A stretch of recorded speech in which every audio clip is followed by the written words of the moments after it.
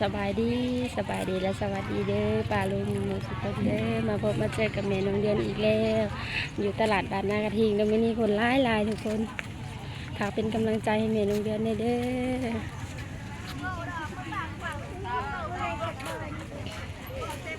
มีพี่จองเรากล่อเอาปอมในการปั่นมีแรงรู้ใช่ไหมปอมในตัวเองใช่ไหม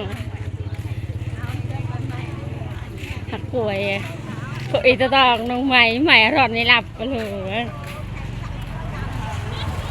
รอดในหลับก็เหลือเปร่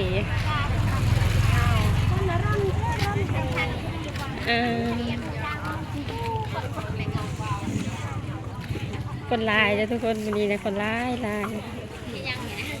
ให้จองโทรวันนี่จ่ายว่าถูกจองโทรกี่ทริปเพาะเอาเลยถูกดินเนาะ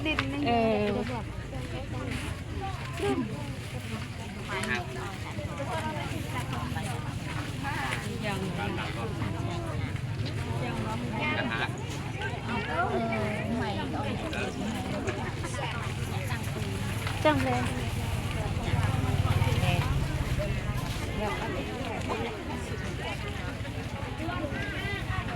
ก็กัน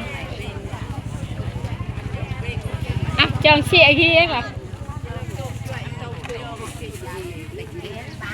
อ๋อจังเสียงโกยจานหนักยักเลยจานโลมแหล่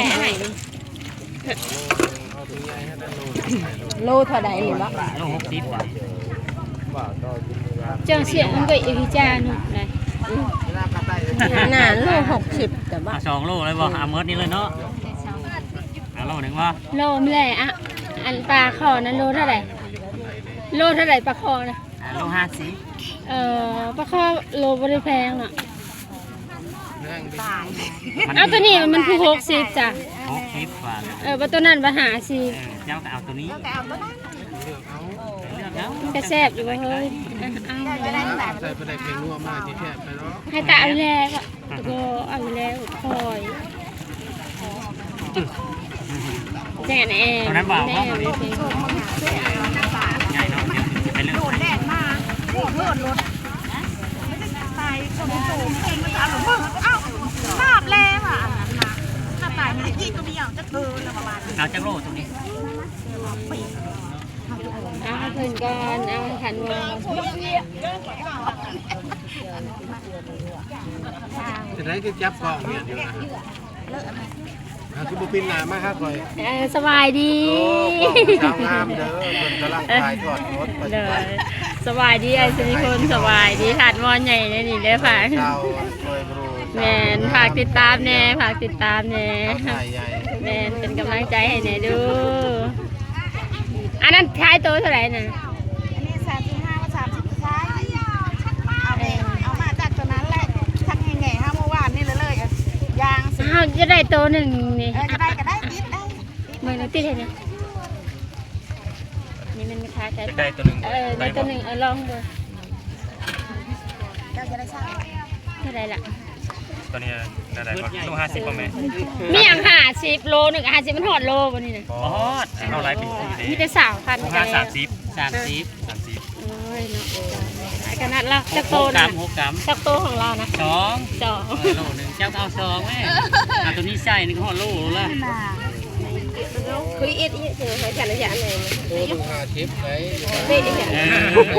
เอาอะไรไปตามแขนอันนี้มันตายนะกลับเรามันเลยเป็ดสีผูกแต่มันบ่ตายฮะถ่ายไปตามซ่าเนาะโอเคสนุกไหมฮะถ่ายเพื่อสุดเลยได้นี่นะซ่าโอเคอย่างให้เราได้แม่ว่าได้เลยลูกใส่โอ้ยผู้หล่อจบดีคือว่าใจดำใช่ปะนี่ผู้หล่อจบดีเห็นว่ารุ่นใช้ทงใหญ่เอ้ยนี่ลูกผู้ค้าขายป่านี่โซดอยู่บนนี้โซดไว้ทั้งสดพ่อบอกผู้สาวคนข่อยมีแล้วน้องบุรีอยู่นี่ผมไม่ได้บอกเขาเองไปแล้วตื่มให้เลยเด้อแยกกันนะตื่มแล้วก็ ได้ปลาคอใหญ่แล้วบ้านนี้ ไปเป็นวันใหญ่ได้ เมื่อต้มกินเนาะเขาจะกินแต่1 คืนนี่โอ้ยคักๆว่ะรวมอะไรกัน ขายดิบขายดี อย่าเอาเป็นโลเป็นกระบอกดีเกินเอาเท่านั้นก็พอจุดโลอันนั้นโล1 2 โลบ่เขามารวมเขามาหลายใส่กระตาลดอีกพอบริการให้ตัวเนี่ยให้เขาหิวให้ก็ได้ให้เขาตัวหนึ่ง ฮะ ให้เขาหิวให้ก็ได้ตัวหนึ่ง ให้ตัวหนึง ดูสิ ให้มันจะช้องโต เดี๋ยวให้รถนะขออนุญาตของเจ้าเบิร์ดว่ามันยังดอกเลยกันป้าค่ะ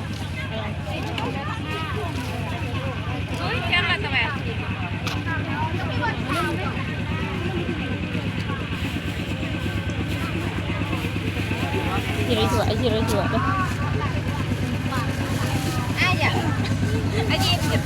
chỗ này anh nhận lẽ này này bằng mấy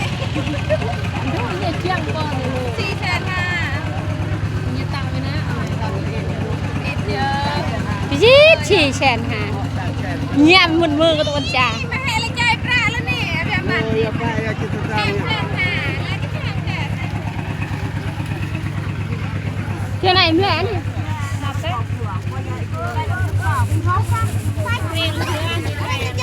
เอ้าคือพี่จีเราแฉมช่วยเฮ้แล้วคือพี่จีเรางมเจอได้น่ะกับ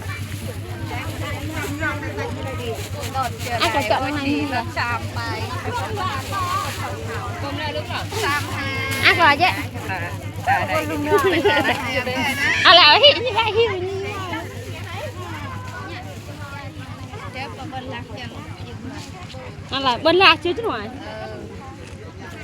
bên lạc chân dừng lại แต่บาต่อท้าบ่อยแต่ช่วยมันต่อ6 แสนchứ san sen hà เจอใน6 แสน 4 sen ha 4 แสน 5คูเอารถแอนแล้วหนังเลยตาอะไรไปจบเซ็ตมาจังชื่อจังชื่อแต่ก็รถแอนแล้วก็เลยจะจบเซ็ต giờ lấy được ไม่รู้จะเอาไปนึ่ง ตลอดเติมดิอ่ะ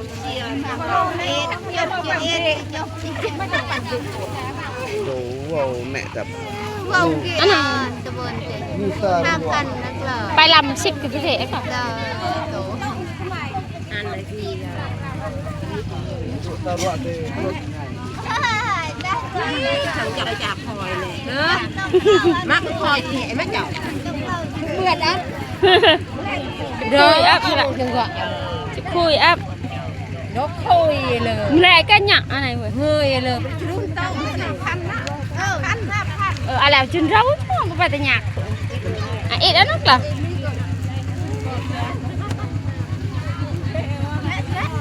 นี่แต่เติมคนนั้นนักเหรอ Lên tùm này อีกเพลงอีกนะแต่เติมอันแจ็คแอมนะอีกเพลงอีกคนลายเด้อทุกคนนี่นะคนลายนะจะไม่เลิกเราเดินแล้วตะกี้ไหน may ออกมาข้างนอกแล้ววันนี้ ขอจบคลิปเพียงเท่านี้เด้อกับสบายดีไว้ผมมาเจออีกคลิปต่อไป